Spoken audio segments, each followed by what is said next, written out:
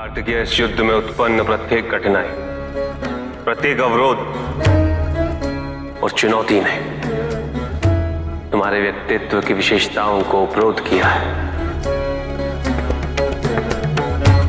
तुम्हारे व्यक्तित्व की विशेषताओं को उभारा है, तुम्हें परिपक्व बनाया है। मुझे अत्यंत प्रसन्नता है कार्तिकेय कि समस्त संसार को जो तुमसे प्राथमिक अपेक्षाएं थी वो तुमने पूरी की।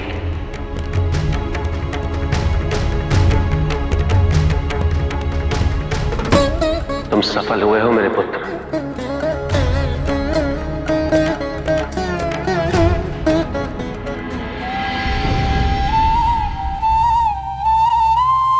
समस्त लोगों के दुख हर लिए कार्तिकेय ने।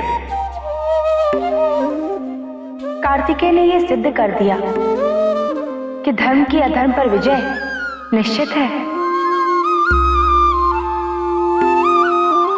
तारकासुर को अभेद्य व्यू का वरदान देने के पश्चात मैं ग्लानि से भर गया था। मुझे भय था कि मेरा यह वरदान सृष्टि के अहित का कारण बन सकता है, किंतु कुमार कार्तिकेय ने अपने बल और अपने विवेक से तारकासुर का वध करके मुझे ग्लानि से मुक्त कर दिया है। ये सब महादेव की कृपा है ब्रह्मदेव। मुझे तो संसार के कल्याण के लिए कई बार अवतरित होना पड़ा है, किंतु महादेव अपने इसी स्वरूप में संसार का उद्धार करते रहे हैं। इतना ही नहीं नारायण, महादेव वैरागी थे, किंतु संसार के दुखों को हरने के लिए उन्होंने वैराग्य त्यागा। कितनी ही वेदना सही, उसके पश्चात देवी पार्वती से विवाह करके गृहस्थ बने। कार्तिकेय का जन्म हुआ। सृष्टि को किसी भी संकट से उबारने के लिए महादेव सदैव तत्पर रहे हैं। इसीलिए उन्हें जगत पिता कहा जाता है ब्रह्मदेव।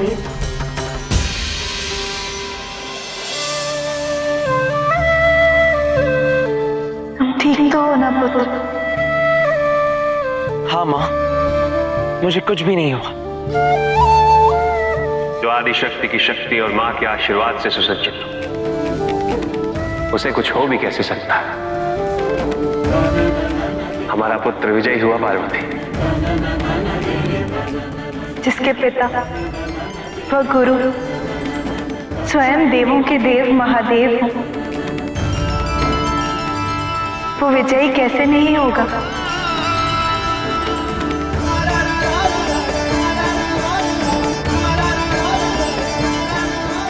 संधि,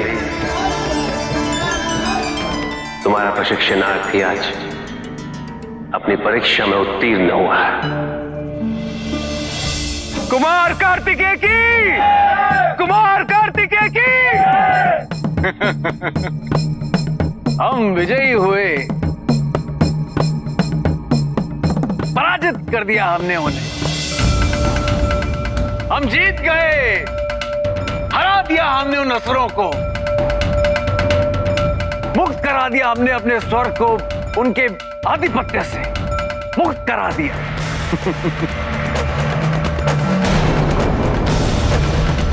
ये सब हमारे साहस, हमारी दूरदृष्टि और रणनीति की वजह से होगा। ये सब उसी का परिणाम है। यदि हम कार्तिकेय को सेनापति नियुक्त करने का निर्णय नहीं लेते, हमें ऐसी सफलता कदापि नहीं मिलती। इसीलिए हम देवताओं के राजा देवराज इंद्र हैं।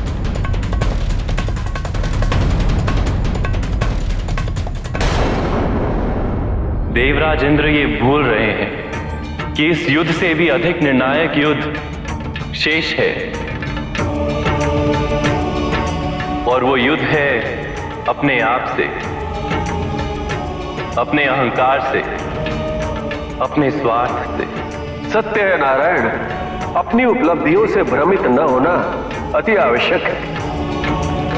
किंतु देवराज को देखकर ऐसा प्रतीत हो रहा है कि वो अपनी विजय से उन्मत्त हो चुके हैं।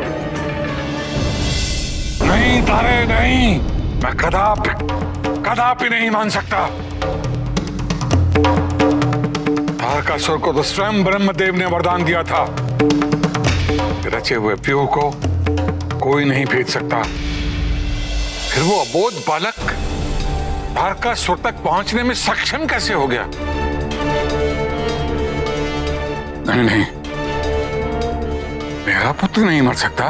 तारकासुर के मृत्यु की पुष्टि हो चुकी है।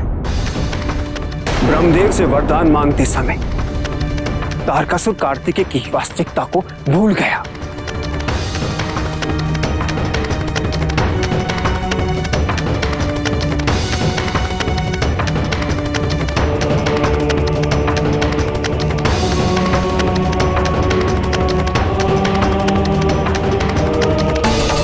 और कार्तिकेय ने तारकासुर को इस तथ्य का स्मरण भी करा दिया। कुमार, मेरा समय तो पूरा हुआ, पर ये बताओ, ब्रह्मदेव का वरदान मिथ्या कैसे हो गया? नहीं तारकासुर, तुमने जो मांगा ब्रह्मदेव ने तुम्हें वही दिया। भूल तो तुम्हारी है। वरदान मांगते समय तुम ये भूल गए कि मैं ना ही अकेले की श्रेणी में और ना ही समूह की। मैं तो एक ही शरीर में 6 व्यक्तियों का सम्मिश्रण, जिसका कारण तुम स्वयं। भूल गए कैसे तुम्हारे अत्याचारों के कारण मैं 6 पिंडों में विभाजित होकर अवतरित हुआ।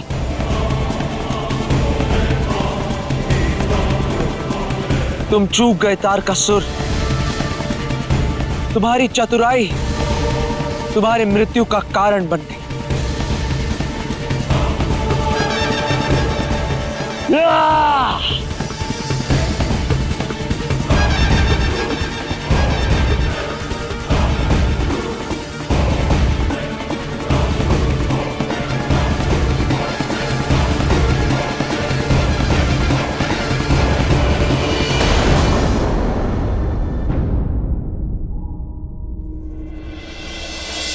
निसंदेह तारकासुर हमारा भक्त था, किंतु कोई भी भक्त वरदान प्राप्त करने के पश्चात उसका दुरुपयोग करे, यह मुझे स्वीकार्य नहीं।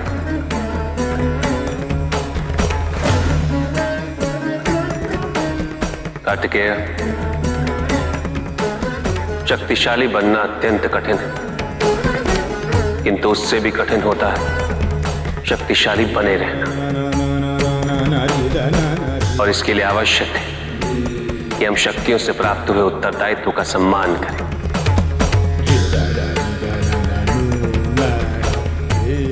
अन्यथा हम स्वयं पर निरंतर खो देते और यह हमारे पतन का कारण बनता है।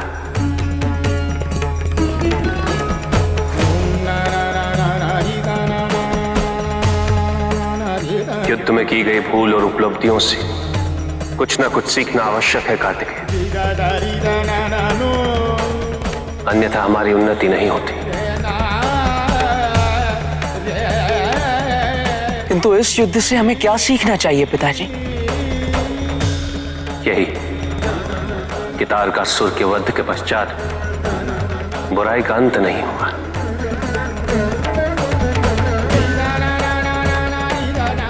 बुराई और अच्छाई के मध्य ये युद्ध निरंतर चलता रहेगा। आज एक अध्याय समाप्त हुआ है, कल दूसरा अध्याय आरंभ होगा।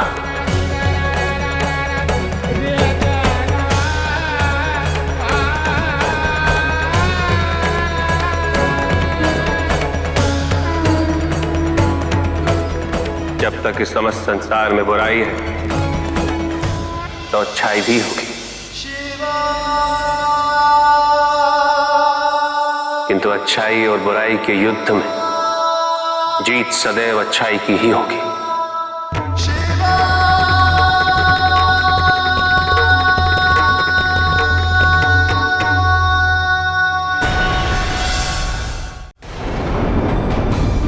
मेरे पुत्र की मृत्यु के लिए जो कोई भी दोषी है उसे इसका मूल्य चुकाना होगा।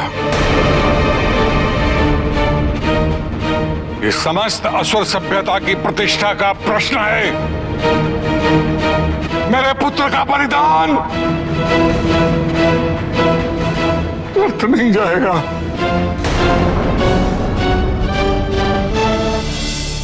शिवपुत्र कार्तिकेय ने मेरे पुत्र का वध किया है। मैं उसे जीवित नहीं छोड़ूंगा। स्वामी, आज हमारी प्रसन्नता की कोई सीमा ही नहीं है। यदि आज कोई हमसे वरदान मांग ले तो हम बिना कुछ सोचे समझे तथास्तु कह देंगे।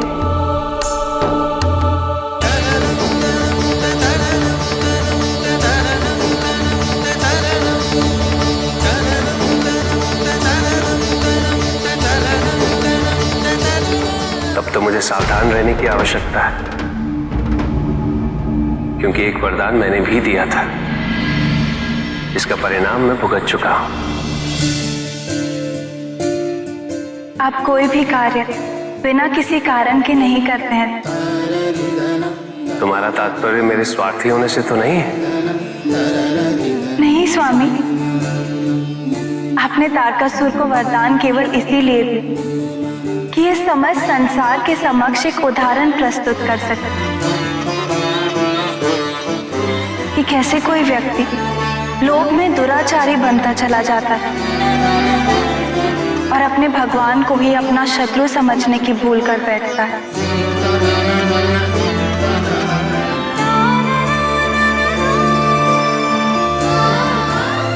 ऐसे क्या देख रहे हैं स्वामी? पार्वती हमारे मिलन और उसके पश्चात भी ये वैरूपिया दुख कोई ना कोई रूप धारण करके आता ही रहा है। उन जैसे वैरागी के नेत्रों से अश्रु छलक उठे तो तुम जैसी करुणामयी को कितनी कठिनाई हुई होगी, इसकी कल्पना करना भी मेरे लिए संभव नहीं।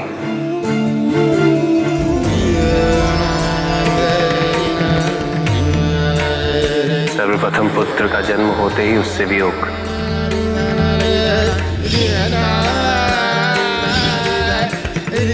तत्पश्चात कृतिकाओं को सौंपने की विवशता,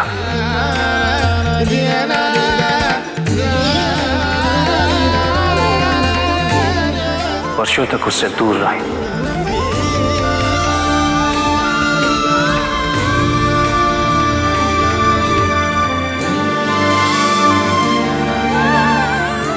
और जब उससे मिलन हो तो उसने तुम्हें मां के रूप में स्वीकार नहीं किया।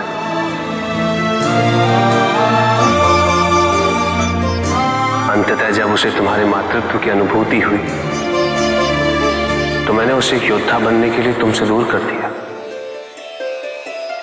पार्वती, मैंने एक पिता का दायित्व अवश्य निभाया है, किंतु पति के दायित्व के प्रति मैं उपेक्षित रहा और इसका आभास है मुझे। दाम्पत्य के प्रत्येक सुख जिसके प्रति मैं अनभिज्ञ हूं, मैं उसकी पूर्ति करना चाहता हूं। नहीं स्वामी, आपने इतना कहा वही हमारे लिए बहुत है।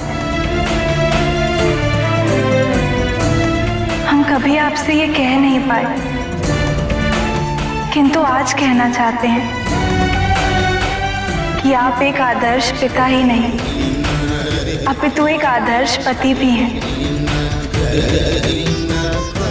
आपने सदैव हमारे दुखों को समझा और हमारे प्रत्येक दुख के उपाय हेतु भी आप सदैव प्रयासरत रहे। यही तो आपकी और हमारे संबंध की विशेषता है। हमें दाम्पत्य में वर्चस्व की अनुभूति कभी नहीं होने दिया आपने। समानता है, विश्वास है, एक दूसरे के प्रति सम्मान है, एक दूसरे के कर्तव्यों की पूर्ति हेतु हम सदैव सहायक रहे।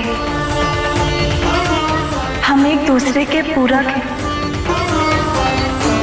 एक दूसरे के प्रति समर्पित होते हुए हम दोनों ने एक दूसरे के व्यक्तित्व व अस्तित्व को कभी निस्तेज नहीं होने दी। प्रेम की इससे उत्कृष्ट परिभाषा और क्या हो सकती है स्वामी?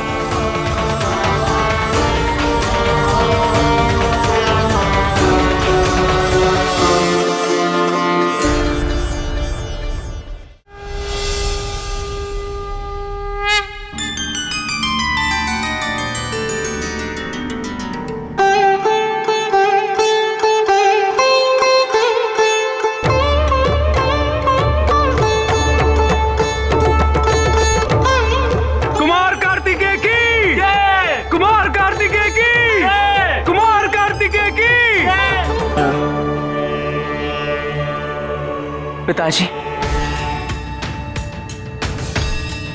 मेरी सभी माताएं, देवगण,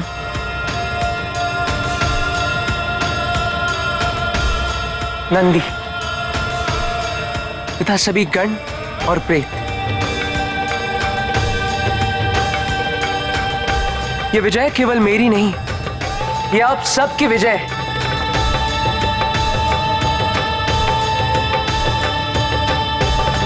क्योंकि मुझे एक कुशल योद्धा बनाने में आप सब ने एक महत्वपूर्ण योगदान दिया है।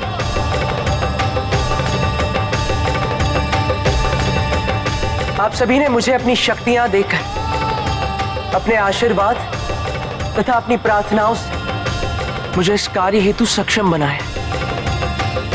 मेरी सेना के समस्त योद्धाओं ने मुझे अपना नेतृत्व करने हेतु स्वीकार किया, मुझ पे विश्वास किया। इस जीत में आप सभी का योगदान है। मैं आप सभी का बहुत आभारी हूं। मेरा ये नमन स्वीकार कीजिए।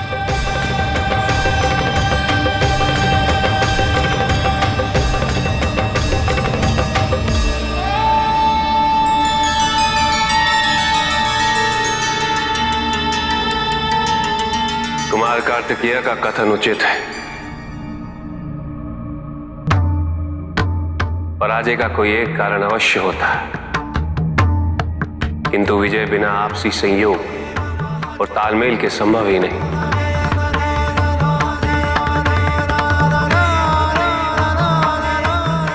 प्रत्येक योद्धा इस सफलता में महत्वपूर्ण कड़ी है। इसीलिए किसी भी युद्ध में विजय का श्रेय किसी एक व्यक्ति को दिया जाए,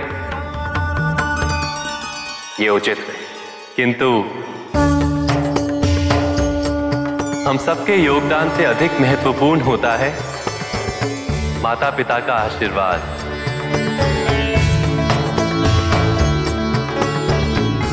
यदि वो ना हो तो कोई भी व्यक्ति अपने जीवन के किसी भी युद्ध में सफलता प्राप्त नहीं कर सकता।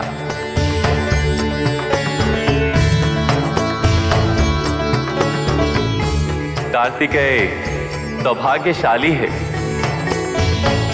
कि उसे देवी पार्वती और आपका आशीर्वाद प्राप्त है।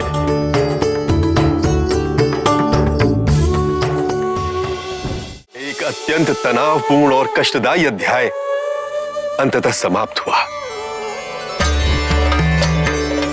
इस जीत को हम धूमधाम से मनाएंगे। स्वर्गलोक में एक भव्य समारोह का आयोजन किया जाएगा, जहां देवराज इंद्र को उनका आधिपत्य औपचारिक रूप से सौंपा जाएगा।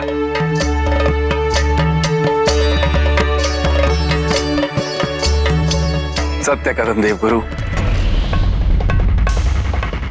मुझे मेरा सिंहासन, मेरा राजपाट वापस मिलेगा। जाने कितने युगों से मैं शरणार्थी का जीवन व्यतीत कर रहा था, किंतु अब पुनः मैं स्वर्ग में रहूंगा, अपने स्वर्ग में रहूंगा मैं। इस युद्ध में मैं अपना सामर्थ्य स्थापित कर चुका हूं, सिद्ध कर चुका हूं कि कोई भी असुर मुझसे शक्तिशाली नहीं।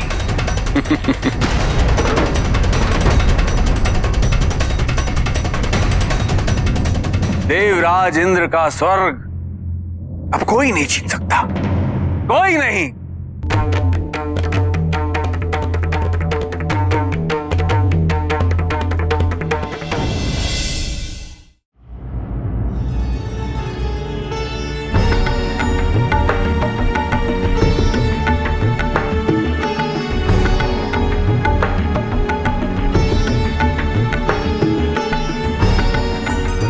बस नानी माँ, मैं अब बहुत खा चुका हूं। कहाँ बहुत खा लिया? देखो अभी तो पूरा का पूरा पात्र भरा पड़ा है, चलो खाओ। पर नानी माँ, कार्तिकेय, तुम्हारी नानी के हाथों से बने खीर अत्यंत स्वादिष्ट होती।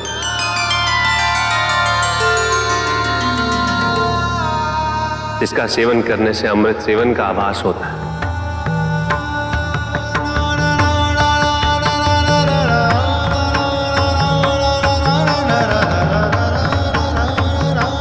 वो स्वयं अपने हाथों से तुम्हें प्रेम पूर्वक खीर खिला रही है। यह अत्यंत सौभाग्य की बात है।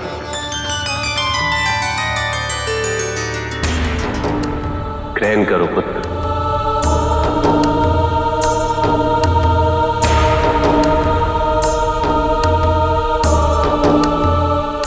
महादेव,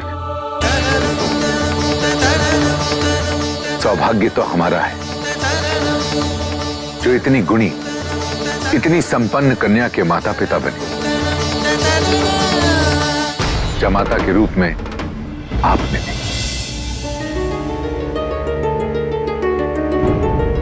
और अब कार्तिकेय जैसा नाती आज इस पूरे संसार में हिम नरेश और महारानी मैनावती जानते तो सब, किंतु पार्वती के पिता, आपके संबंधी और कार्तिकेय के नाना नानी के रूप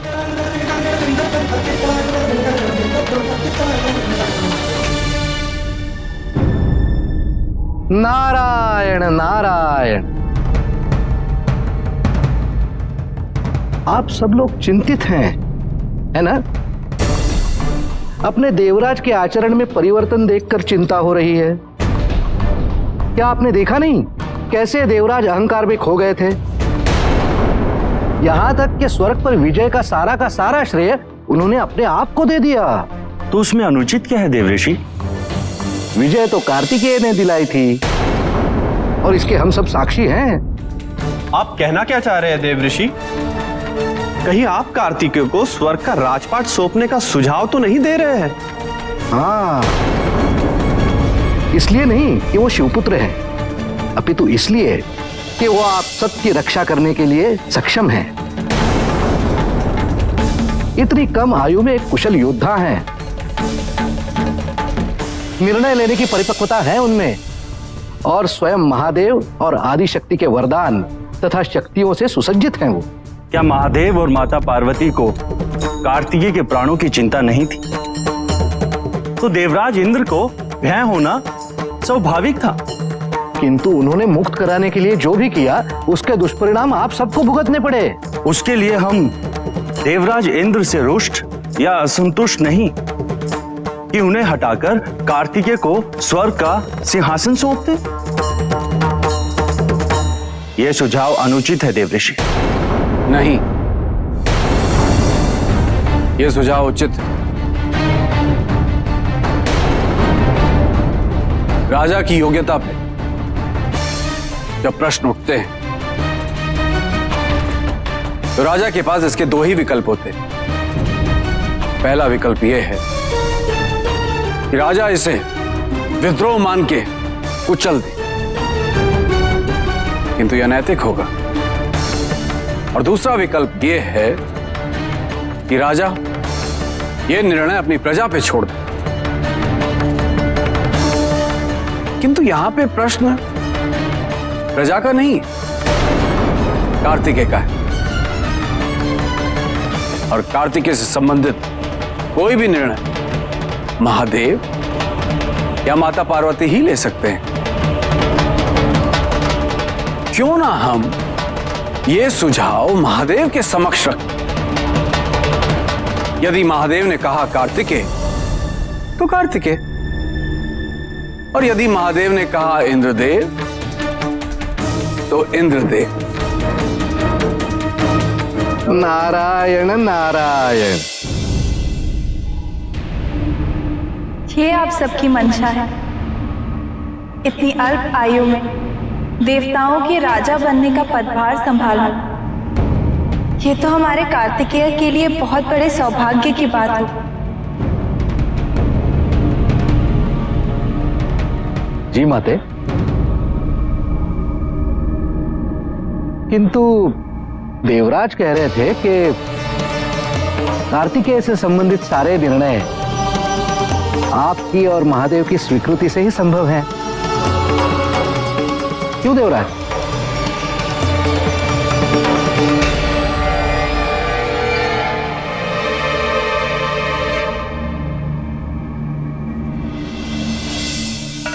तो क्या हम आपके और महादेव के आशीर्वाद से कार्तिकेय को स्वर्गलोक का सिंहासन सौंप सकते हैं?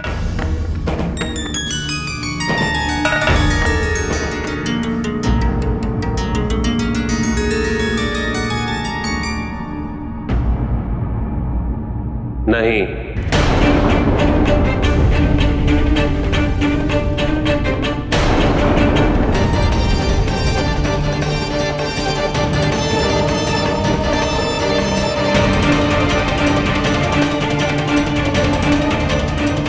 किंतु क्यों स्वामी?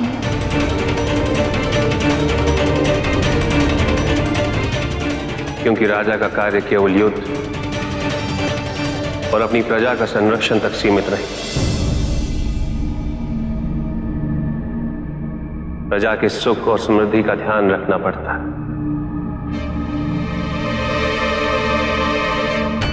धर्म की स्थापना कर उसका संरक्षण करना होता है।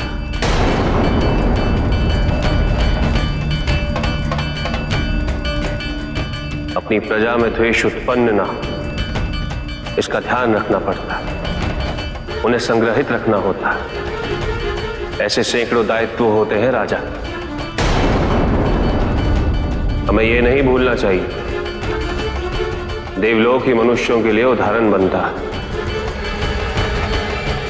यदि अन्य योग्यताओं पर ध्यान दिए बिना हम कार्तिकेय को केवल शक्ति के आधार पर देवराज की उपाधि देंगे तो यह समस्त संसार इसी उदाहरण का अनुसरण करेगा। कार्तिकेय के पास मेरी और पार्वती की शक्तियां, किंतु शासन करने की विद्या नहीं, अनुभव नहीं। किंतु आप तो कुमार को इस विद्या में भी निपुण बना सकते हैं प्रभु। आपके लिए क्या संभव है? यहां कथन संभव असंभव का नहीं अग्नि देगी। कार्तिकेय का जन्म जिस महान उद्देश्य की पूर्ति हेतु हुआ था वो था देवताओं की रक्षा और इस समस्त संसार का संरक्षण।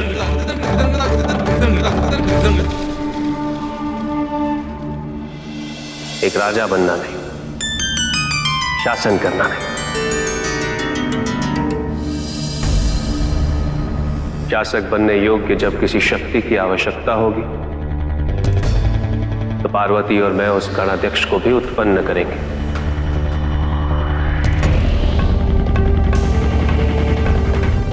देवताओं के राजा इंद्रदेव ही रहेंगे।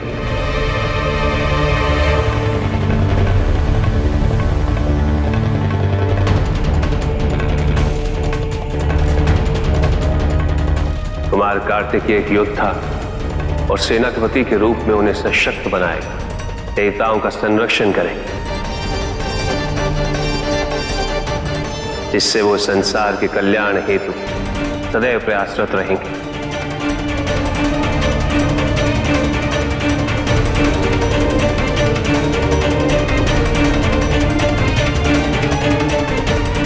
किंतु महादेव, यदि सभी देवता और नारद मुनि को भी इस बात पे पूर्ण विश्वास है कि कार्तिकेय अच्छा शासक सिद्ध होगा, तो हमें कार्तिकेय की योग्यताओं को सिद्ध करने हेतु एक अवसर प्रदान करना चाहिए।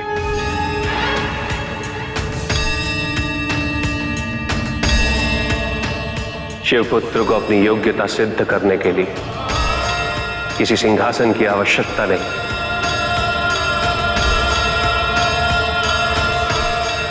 जैसी प्रभु की इच्छा।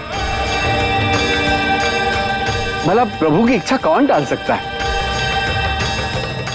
प्रभु, यदि आपका आदेश है कि मैं इस पद पर बना रहूं, तो मैं इस पद को स्वीकार करता हूं।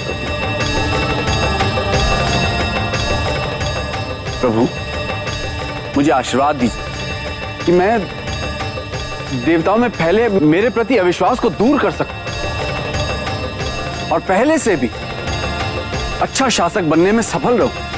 मुझे आशीर्वाद दीजिए प्रभु। कल्याण।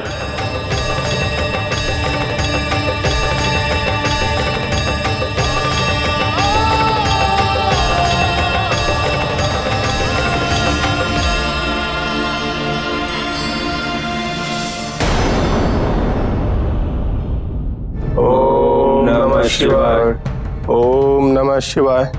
ओम नमः शिवाय। ओम नमः शिवाय। पुत्र होने का कर्तव्य अच्छे से निभा रहे हो तुम लोग। तुम्हारी शिव भक्ति देखकर तो तुम्हारे पिता की आत्मा को कितनी शांति मिली होगी।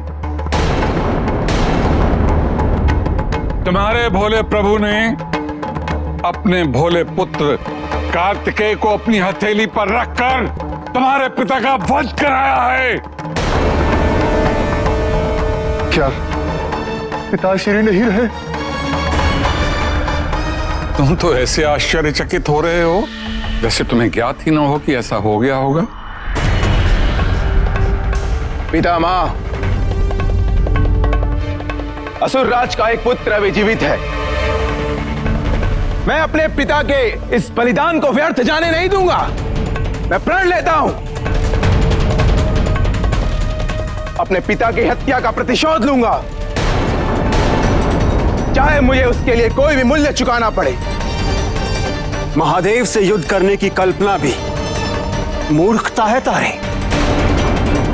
यही बात हमने अनेकों बार तुम्हारे पिताश्री को समझाई, किंतु उसे जीवित रहने की इतनी प्रबल इच्छा थी कि वही इच्छा उसे मृत्यु के समीप ले गई।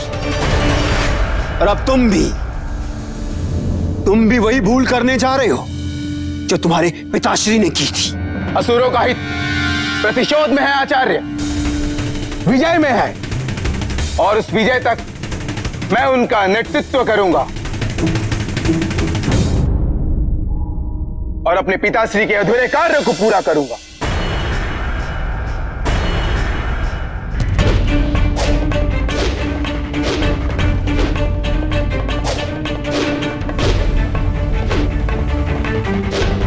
कार्तिकेय को स्वर्गलोक का सिंहासन सौंप सकते हैं? नहीं, कार्तिकेय का जन्म जिस महान उद्देश्य की पूर्ति हेतु हुआ था वो था देवताओं की रक्षा और इस समस्त संसार का संरक्षण। एक राजा बनना नहीं, शासन करना नहीं। देवताओं के राजा इंद्रदेव ही रहेंगे।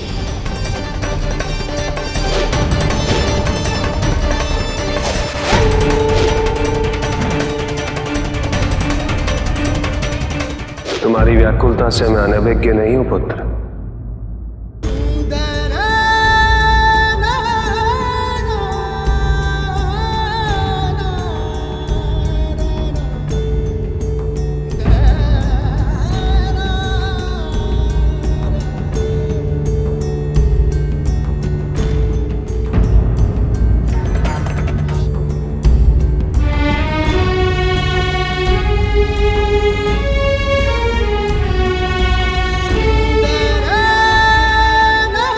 कार्तिकेय, तुम्हारे मन में जो प्रश्न, जो विचार, जो शंकाएं उत्पन्न हो रही हैं वह स्वाभाविक है। मैं उन्हें दूर करने और उन प्रश्नों का उत्तर देने ही आया। मेरा कथन ध्यानपूर्वक सुनो पुत्र। अग्नि जलाती है, जल बुझाता है। दोनों के कार्य क्षेत्र पूर्व परिभाषित और भिन्न है। दोनों एक दूसरे को प्रतिस्थापित नहीं कर सकते। इसी प्रकार इस समस्त संसार में सभी की भूमिका पूर्व परिभाषित। संसार की यही विविधता इसकी विशेषता भी है।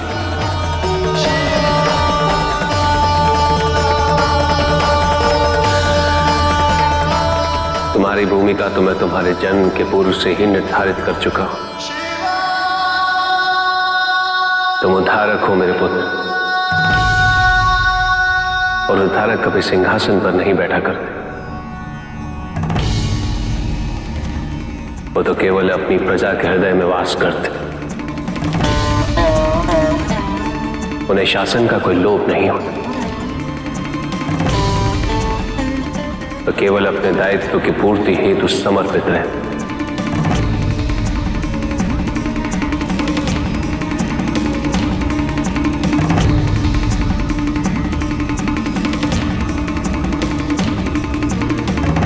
देवराज इंद्र से स्वर्गलोक पर राजपाट तारकासुर ने छीन लिया, क्योंकि वो मुझसे वरदान प्राप्त करके अधिक शक्तिशाली हो चुका था। किंतु तुमने तारकासुर का वध करके देवराज इंद्र का पुनः शासन स्थापित किया, क्योंकि तुम तारकासुर से अधिक सामर्थ्यवान थे। कार्तिकेय,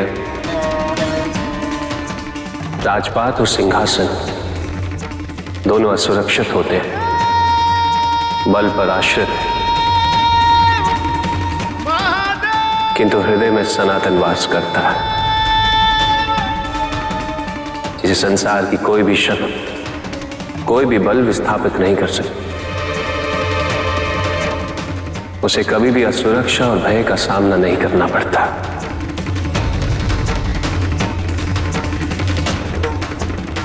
कल्याण।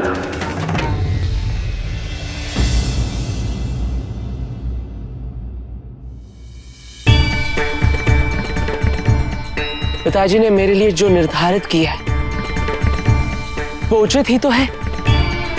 मैं तो एक उद्धारक हूं। मैंने सिंहासन की कामना कभी की ही नहीं। मैं तो एक योद्धा तक बनना नहीं चाहता था। अच्छा हुआ कि पिताजी ने मुझे देवताओं का राजा नियुक्त नहीं किया। मुझे विश्राम के लिए समय जो मिल गया, और फिर मां को भोजन के लिए सताना भी तो है, जैसे मैं पहले किया करता। मां बस भोजन लेकर मेरे पीछे पीछे भागा करती थी। किंतु यदि मैं देवताओं का राजा बन जाता तो क्या ये मुझे शोभा देता? कदापि नहीं। और फिर तो मैं नंदी और गणप्रेतों के साथ खेलकूद भी नहीं कर पाता। अच्छा हुआ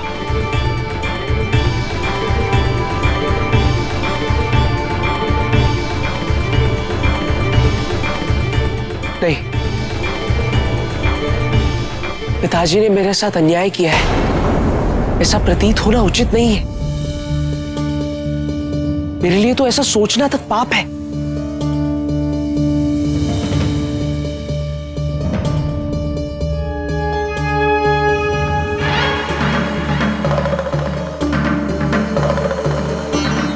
ये मैं कहां आ गया? अद्भुत! इतना सुंदर स्थल मैंने पहले कैसे नहीं देखा?